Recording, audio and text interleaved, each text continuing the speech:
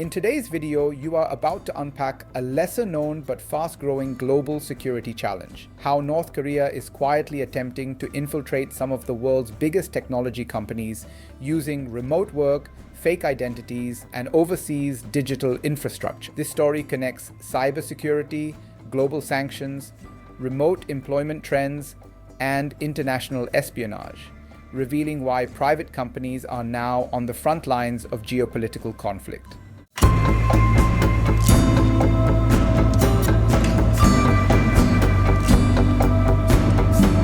Amazon, one of the world's largest technology and cloud computing companies, has disclosed that it has blocked more than 1,800 individuals linked to North Korea from attempting to join its workforce. The revelation highlights a broader and increasingly sophisticated effort by Pyongyang to place its IT workers inside foreign companies, particularly in the United States, to generate income and bypass international sanctions. According to Amazon's internal security assessments, North Korean operatives have been systematically applying for remote IT roles across the global tech sector.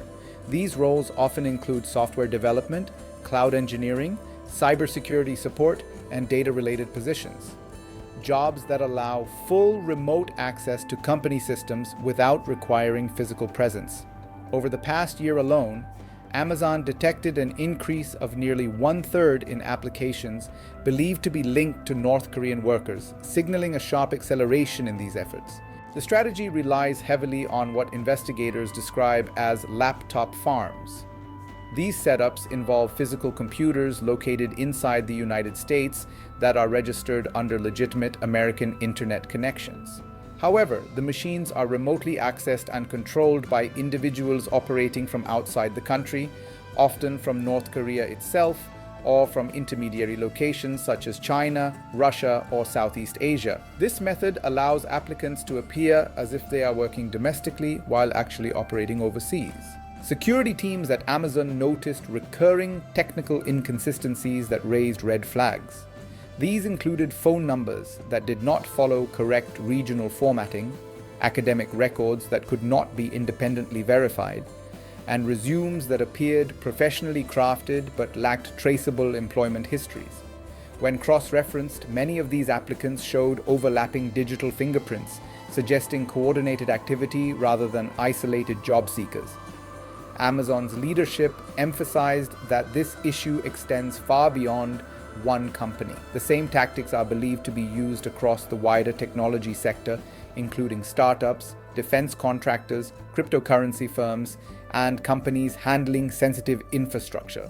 Remote work, while expanding global opportunity, has also created new vulnerabilities that hostile states can exploit at scale. The financial motivation behind these operations is significant. North Korea remains under extensive international sanctions imposed by the United Nations, the United States, the European Union, and others due to its nuclear weapons and ballistic missile programs. These sanctions severely restrict the country's ability to earn foreign currency through traditional trade. As a result, Pyongyang has increasingly turned to cyber operations, overseas labor deployment, and digital fraud to generate revenue.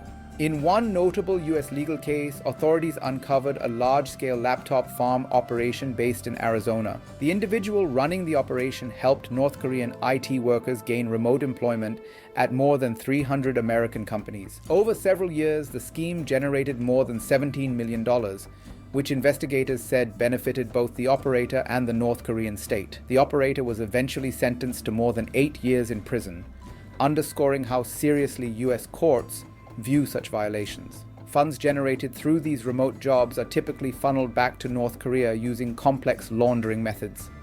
Payments are often routed through shell accounts, cryptocurrency platforms, or intermediaries in third countries before reaching government-controlled channels. Analysts believe a portion of this money supports Pyongyang's weapons development, intelligence operations, and elite leadership structures. South Korea's intelligence community has also raised alarms about North Korea's cyber-enabled infiltration strategies. In recent warnings, officials noted that North Korean operatives have used professional networking platforms like LinkedIn to impersonate recruiters or consultants. These fake personas were used to approach South Korean engineers and researchers working in sensitive defense and technology sectors, seeking access to proprietary information or technical knowledge. Experts on the Korean peninsula explain that this activity is part of a long-term national strategy. North Korea has invested heavily in training cyber personnel, starting from a young age, with specialized schools and military-linked programs focused on programming, hacking, and digital operations. These individuals are often deployed abroad under false identities or operate remotely, making attribution difficult.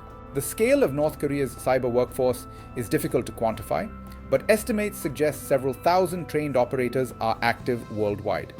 Unlike traditional espionage, cyber labor operations blend legitimate employment with covert objectives, blurring the line between crime, intelligence gathering, and economic warfare. This trend has placed increasing pressure on private companies to act as gatekeepers of national security. Firms like Amazon now invest heavily in identity verification, behavioral analytics, and cross-border monitoring to detect suspicious patterns before individuals gain system access. These efforts require coordination between corporate security teams, government agencies, and international partners. The issue also raises broader questions about the future of remote work. While distributed employment has opened doors for talent across borders, it has also reduced the effectiveness of traditional background checks based on geography. Companies must now verify not just who a worker claims to be, but where they are physically operating from, and who ultimately benefits from their labor. From a geopolitical perspective, the situation highlights how sanctions enforcement has shifted into the digital realm. Rather than relying solely on shipping interdictions or financial restrictions, countries now face adversaries who use keyboards instead of cargo ships. The battleground has expanded into cloud servers, code repositories, and video interviews. Despite increased scrutiny, analysts caution that many North Korean operatives likely remain undetected, especially in smaller firms with fewer security resources. This suggests the true scale of the operation could be far larger than what has been publicly disclosed so far. As governments and corporations adapt, the challenge will be maintaining openness and innovation while preventing exploitation. The Amazon case illustrates both the effectiveness of proactive monitoring and the persistence of state-sponsored digital infiltration. Ultimately, this story is not just about blocked job applications.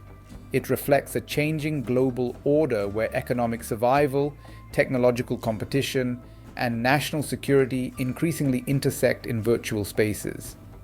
As remote work continues to expand, so too will the importance of safeguarding digital borders that are invisible but deeply consequential.